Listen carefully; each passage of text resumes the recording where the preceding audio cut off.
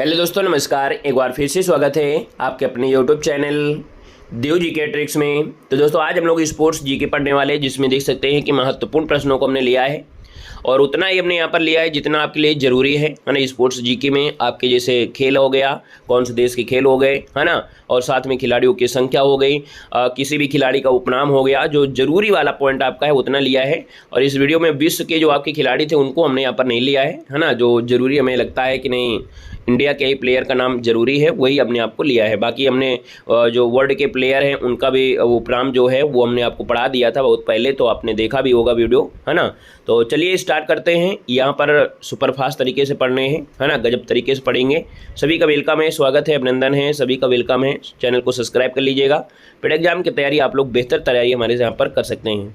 तो चलिए स्टार्ट करते हैं। पहला क्वेश्चन आपसे कह रहा है, भूटान का राष्ट्रीय खेल इनमें से कौन सा है। तो चलिए, भूटान का राष्ट्रीय खेल क्या है। तो हमने कहा सर भूटान का राष्ट्रीय खेल है तीरंदाजी। यानी ऑप्शन अगर आपने डी चुना है तो आपका आंसर क्या हो जाएगा, बिल्कुल सही हो जाएगा।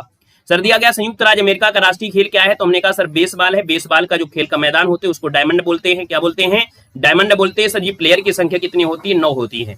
भारत का राष्ट्रीय खेल क्या है। तो भारत का राष्ट्रीय खेल क्या है, तो आप कहेंगे सर क्रिकेट हो जाएगा।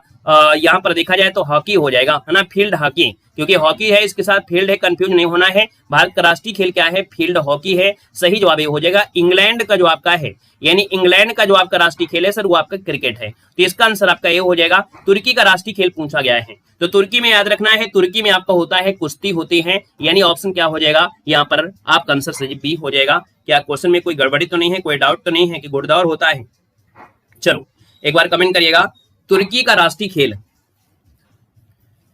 तुर्की का जो राष्ट्रीय खेल है सर कुश्ती ही है। ठीक है, मतलब इसका एक नया नाम होता है, इसको बोलते हैं यागली गुरेज। यागली गुरेज कहा जाता है ना। तो याद रखना है, इस तरीके में थोड़ा सा अलग होता है। यानी इस कुश्ती में जो पहलवान होता है वो अपने शरीर पर तेल लगा लेते हैं, पूरे बॉडी में भयंकर तेल लगा देते हैं, इसके बाद कुश्ती होती है। तो सर ये कुश्ती तो नाम कुश्ती ही देंगे, लेकिन इस कुश्ती का एक नाम है यागली गुरेज। क्या बोलते हैं, यागली गुरेज का अगर पूछे यागली गुरेज का संबंध किससे है, तो याद रखना है यागली गुरेज इसी को बोला जाता है जो आपकी कुश्ती है, याद रखना है। ठीक है, गुरेल, ठीक है, गुरेज जवाब कर लीजिएगा। ठीक है, अगला है स्कॉटलैंड, और स्कॉटलैंड का राष्ट्रीय खेल क्या हो जाएगा, तो याद रखना है यहाँ पर आंसर क्या बनेगा, स्कॉटलैंड आपसे पूछा गया है, कई बार आपको पढ़ाया गया है। तो सर आपका जो आंसर बनेगा यहाँ पर आपका बी हो जाएगा। सर ये रग्बी फुटबॉल है। हमने कहा एक क्वेश्चन पूछा जाता है सबसे ज्यादा जो प्लेयर होते हैं वो किसमें होते हैं, तो रग्बी फुटबॉल में होते हैं। सबसे ज्यादा 15 प्लेयर होते हैं एक टीम में। अगला है नेपाल का जो सबसे लोकप्रिय खेल आपका है, इनमें से कौन है। नेपाल का सबसे प्रिय लोकप्रिय आपका खेल पूछा गया है, तो यहाँ पर आंसर क्या हो जाएगा सर, यहाँ पर देखो आपका दिया गया है यहाँ पर फुटबॉल है या क्रिकेट है या ट्रैकिंग और आपका बेसबॉल है। इनमें से कोई ऑप्शन नहीं दिख रहा है ना। नेपाल का लोकप्रिय खेल क्या है, यहाँ पर कोई ऑप्शन आपको नहीं दिख रहा होगा, है ना। तो सर जी हम एक ऑप्शन आपको बना देते हैं, है ना, ये ऑप्शन को हटा देते हैं, क्योंकि कल हमने करवाया था लेकिन मन नहीं मान रहा था। तो अब आपको यही याद रखना है, क्योंकि 2017 में इसको घोषित कर लिया है। इसके पहले जो आपके क्रिकेट भी बहुत लोकप्रिय आपका रहा है, खासकर युवा पीढ़ी में आपका रहा है ना। तो सर यहाँ पर वॉलीबॉल लिख लीजिएगा, वॉलीबॉल, वॉलीबॉल ये आपको वर्तमान में चल रहा है। इसके पहले क्रिकेट रहा है, लेकिन वर्तमान में आपका सजीव वॉलीबॉल 2017 के बाद आपका हो चुका है, तो इसमें वॉलीबॉल कर लीजिएगा। अगला है बुल फाइटिंग, यानी सांडों का युद्ध जो होता है वो कहां पर होता है, तो सांडों से युद्ध होता है आपकी स्पेन में होता है। यानी आपका आंसर क्या होगा सर, ए नंबर इसका राइट हो जाएगा। आइस हॉकी जो उसे बोलते हैं लेक्रास, एक इस देश का राष्ट्रीय खेल है। आइस हॉकी कहां होगी, जहां पर बर्फ जमती है, और बर्फ जमती है सर जी कहां पर, तो आपकी कनाडा में। तो ऑप्शन क्या बनेगा, ए नंबर इसका राइट हो जाएगा। सर टेबल टेनिस किस देश का राष्ट्रीय खेल है, यानी टेबल टेनिस आपसे पूछा गया है, तो आपको जाना पड़ेगा कहां पर, चीन में जाना पड़ेगा। और चीन का राष्ट्रीय खेल जो आपका टेबल टेनिस है वो आपका सर जी क्या हो जाएगा, टेबल टेनिस है, चीन का है। अमेरिका का राष्ट्रीय मनोरंजन किस खेल को कहा गया है, तो हमने कहा कि सर अमेरिका पूछा है, यानी अमेरिका में जो राष्ट्रीय खेल है वो सर जी कौन सा है, तो यहाँ पर आपका बेसबॉल है। यानी बेसबॉल जो होता है इसका आकार जो आपका होता है डायमंड के आकार का होता है, और सर इसमें आपके 9 आपके प्लेयर होते हैं एक टीम में। खेल और उनके जन्मदाता पूछा गया है। भारत में पोलो खेल का प्रचलन किसने प्रारंभ किया था, तो भैया पोलो खेल का जो प्रचलन है भारत में प्रारंभ हुआ था, साथ ही याद रखना तुर्कों के द्वारा हुआ, यानी तुर्क के माध्यम से हुआ। पोलो खेल का प्रचलन भारत में जो हुआ था वो किस राज्य में हुआ था, ये भी आपसे पूछा गया है, कई बार पूछा गया है, एसएससी एग्जाम ने खास करके बहुत बार पूछा है। सर ये मणिपुर में हुआ है उद्भव जो आपका पोलो है।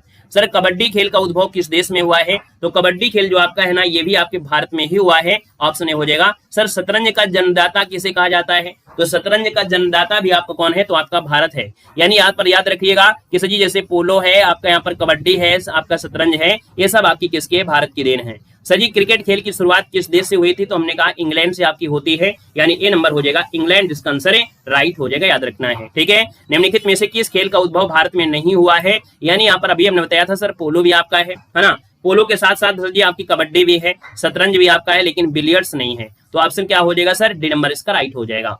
अगला है निम्नलिखित में से किस खेल का उद्भव इंग्लैंड में नहीं हुआ है, यानी इंग्लैंड में देखा जाए तो किसका आपको उद्भव नहीं हुआ है, तो सर जी यहाँ पर देखा जाए तो आपका लॉन टेनिस है, हॉकी है, फुटबॉल है और आपका वॉलीबॉल है। यानी 17 की बात करते हैं तो सर जी ऑप्शन आपका डी हो जाएगा वॉलीबॉल। ये आपके कहीं का आपका कह सकते हैं इंग्लैंड का नहीं है, आपको बताना है। वॉलीबॉल जो खेल है इसका जन्मदाता किस देश को कहते हैं, जिसमें प्लेयर की संख्या आपकी 6 होती है। वॉलीबॉल जो आपका है ना, ये आपके अमेरिका का है। कहाँ का है सर, ये अमेरिका का है, और वॉलीबॉल में प्लेयर की संख्या आपकी 6 होती है, इस बात को याद रखना है। बाकी यहाँ पर देखिए लॉन टेनिस में 1 या 2 मिलेंगे, हॉकी में सर आपके 11 होते हैं, फुटबॉल में सर जी कितने होते हैं, 11 होते हैं, है ना। यहाँ पर आगे बढ़ते क्वेश्चन दिया गया है, खेल और उसके जन्मदाता देश पूछा गया है। अभी आपको वो भी मिलेंगे, संख्या भी मिलेगा। सर खेल और उसके जन्मदाता देश आपसे पूछा गया है, इनमें से आपके हैं कौन, तो हमने कहा सर पोलो और भारत जो आपका मिल रहा है, तो फिर आगे आपको लगाने की आवश्यकता नहीं है। यहाँ पर याद रखिए इसका ऑप्शन सी नंबर है राइट हो जाएगा। अगला है खेल और उनके जन्मदाता देश का गलत युग्म में से कौन सा है, तो सर यहाँ पर शतरंज के आपकी कौन है, शतरंज में आपका भारत हो जाएगा, यानी सर यहाँ से आपका आंसर है, ये वाला आपका क्या था, गलत दिया गया था। अब अगला आ गया है टॉपिक, प्रत्येक पक्ष में खिलाड़ियों की संख्या क्या है।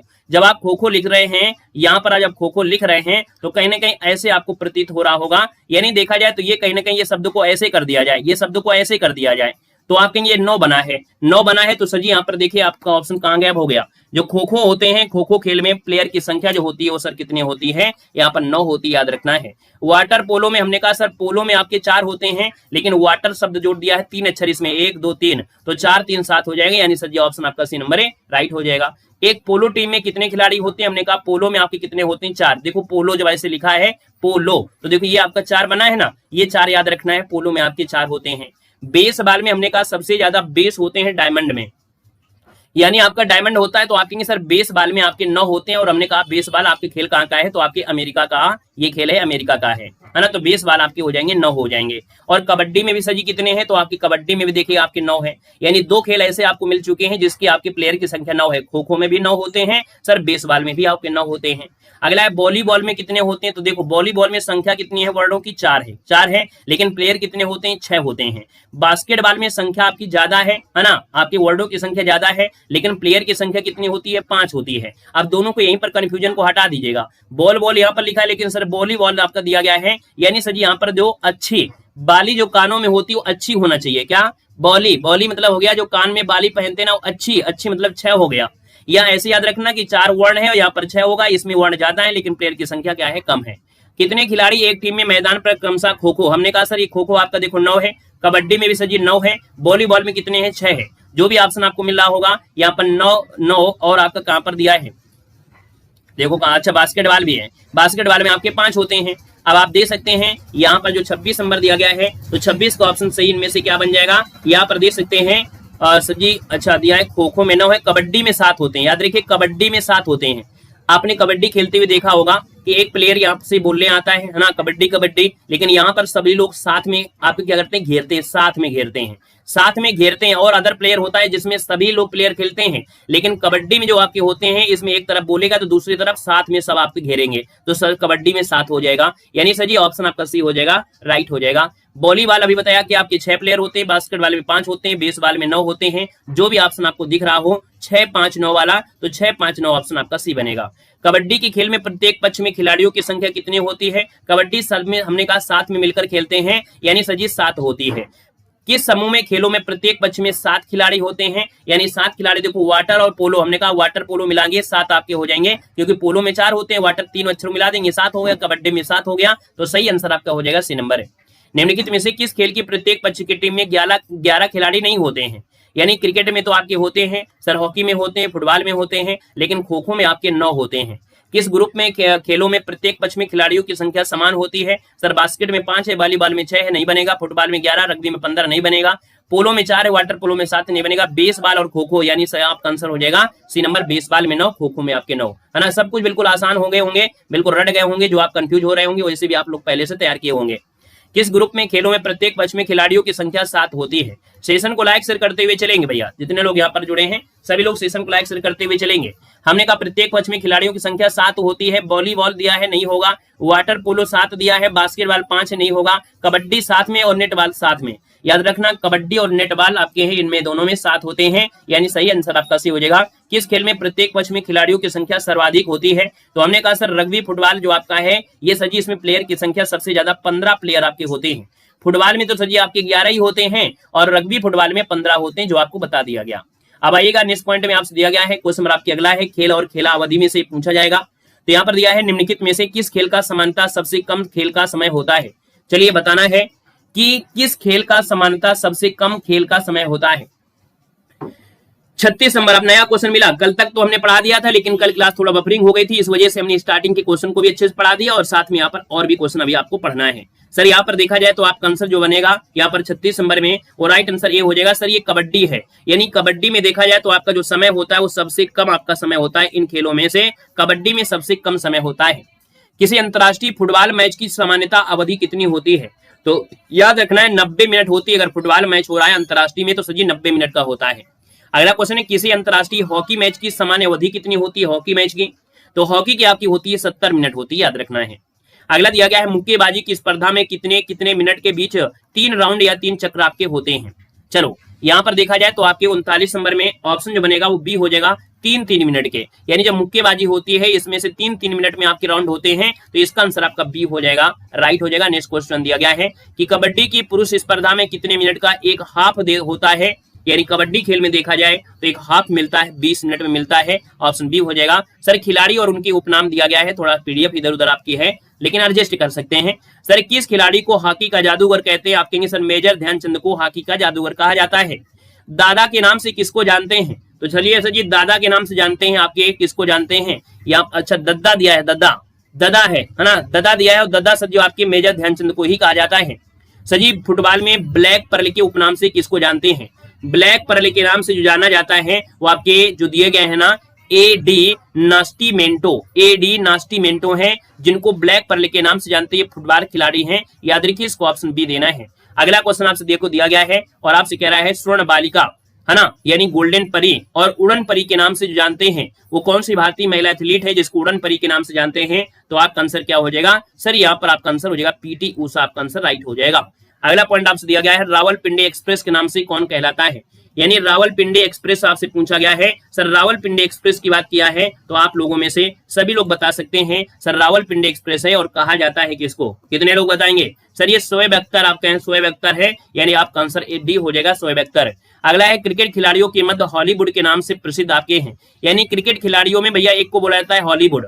ये हॉलीवुड आपके कौन थे भाई? तो याद रखिए आपके शेन वार्न, जो शेन वार्न है इनको हॉलीवुड के नाम से जानते हैं। ये आपका बाहरी प्लेयर है, अपने भारत के नहीं है। अगला क्वेश्चन दिया गया है ग्रेट डिलेयर उपनाम से कौन अंतरराष्ट्रीय क्रिकेट अंपायर जाना जाता है? एक ही क्लास में देखो रटेगा नहीं, लेकिन ऐसी चीजों को 1-2 बार और पढ़ लीजिएगा तो आपको जरूर रटेगा। 2-3 बार पढ़ेंगे या रट जाएगा। ग्रेट डिलेटर उपनाम से जो जाने जाते हैं कौन से क्रिकेट अंपायर हैं? सर 47 नंबर का जो ऑप्शन है वो डी हो जाएगा। ये आपकी स्टीव बकनर है। कौन? स्टीव बकनर हैं, जिनको ग्रेट डिलेयर के नाम से जानते हैं। अगला है डांसिंग अंपायर के नाम से। तो भैया एक डांसिंग अंपायर भी रहे हैं, यानी ये डांस बहुत करते थे क्लास में, है ना, यानी आपके खेल के समय में इधर उधर बहुत करते होंगे, इसलिए इनको डांसिंग अंपायर कहा गया है। यानी सर 48 का ऑप्शन हो जाएगा डेविड सेफर्ड। ये डेविड सेफर्ड आपके हैं। ये सेफर्ड मुंबई इंडियंस की तरफ से खेलने वाले, ये अफ्रीका वाले नहीं है, वेस्ट इंडीज वाले नहीं है। याद रखिए ये डेविड सेफर्ड अंपायर हैं, तो इसको ऑप्शन हो जाएगा डेविड सेफर्ड। और अगला है बॉम्बे बम्बर किस अंतरराष्ट्रीय क्रिकेट का उपनाम है? तो भैया देखिए बॉम्बे बम्बर ये अंतरराष्ट्रीय क्रिकेटर का उपनाम है। और सर देखा जाए 49 नंबर में ये नाम रखा गया है आपके सचिन तेंदुलकर का नाम है। याद रखना है बॉम्बे बम्बर ये सचिन तेंदुलकर को कहा जाता है। लिटिल मास्टर के नाम से पूछा गया है भारतीय क्रिकेट में से किसको जानते हैं? 50 नंबर आपसे पूछा गया little master. Sir little master कहते हैं सुनील गावस्कर को कहते हैं।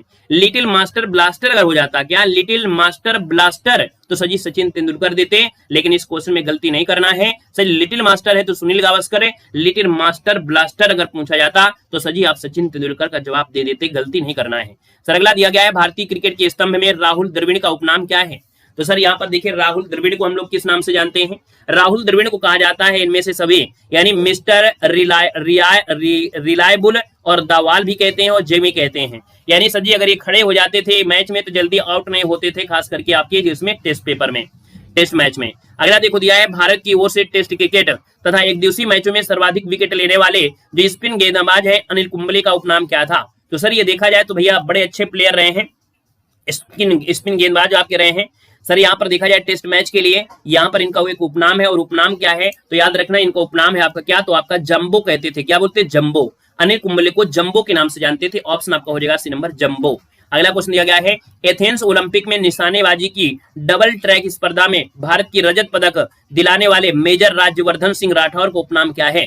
यानी जो एथेंस में निशानेबाजी में डबल ट्रैक स्पर्धा में भारत को रजत पदक दिलाया था भैया मेजर राज्यवर्धन सिंह आपके हैं। इनका उपनाम क्या है? तो इनका उपनाम है याद रखिए चिली के नाम से जानते हैं। किस नाम से? चिली के नाम से जानते हैं। अगला दिया गया है टर्बिनेटर के नाम से किसको जानते हैं? टर्बिनेटर सर या हरभजन सिंह को जानते हैं।